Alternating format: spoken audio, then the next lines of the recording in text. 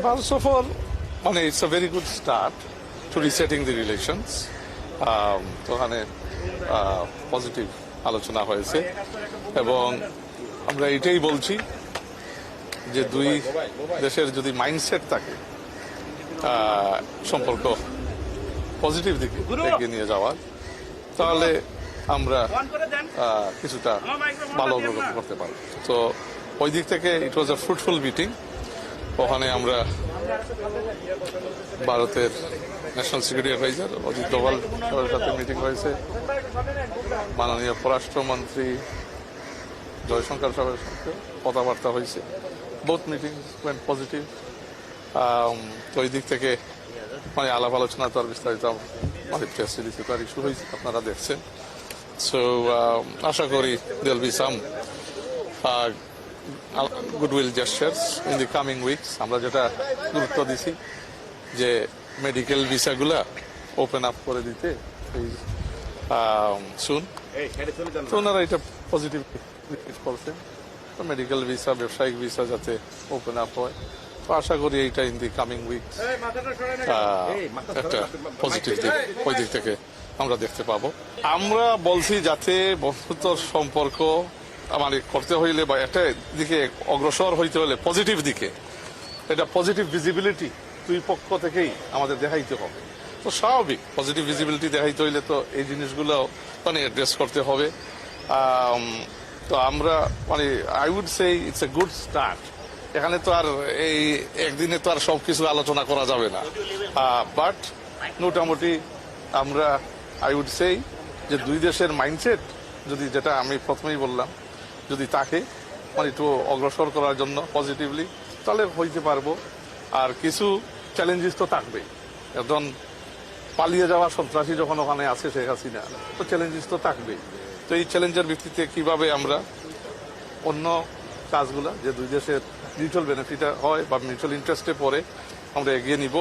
আর হাসিনার ব্যাপারে তো আমাদের দাবি সবসময় থাকবে, because she is a killer, she is killed 1,500 people in the country and fled.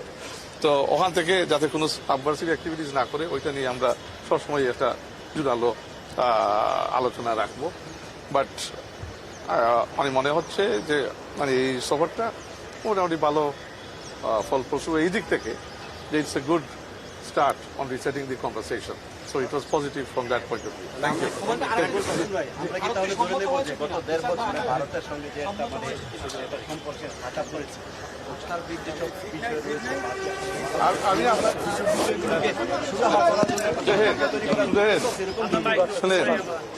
আগে যা হয়েছে, আগে কিন্তু যে অন্তর্বর্তীকালীন সরকারের ম্যান্ডেট ছিল, মানুষের ম্যান্ডেট যে কত গুরুত্বপূর্ণ, দেশের মানুষের ম্যান্ডেট, এর জন্য বিএনপি সরকার এবং মাননীয় প্রধানমন্ত্রী তারেক রহমান সাহেবের নেতৃত্বে যে সরকার আমরা গঠন করছি 2/3 মানুষের ভোটে, এটা আমরা দেশের মানুষের ভিত্তি করেই আমাদের সরকার।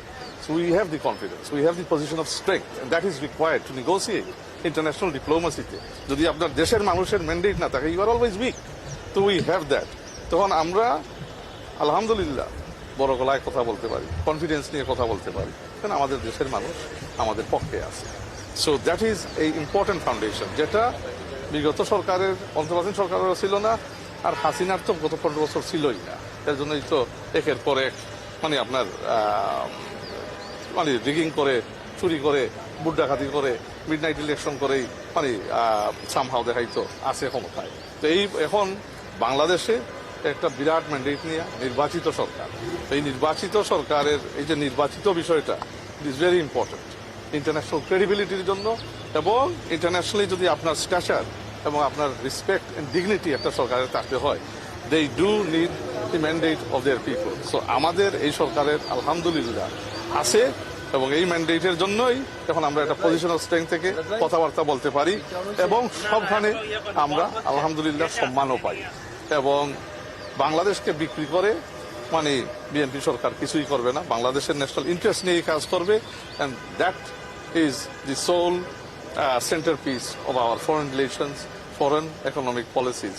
দ্যাট আমরা যেখানেই করবো, বাইল্যাটারাল হোক, মাল্টিল্যাটারাল হোক, আমরা বাংলাদেশের ন্যাশনাল ইন্টারেস্টকে সবসময় প্রাধান্য দিই।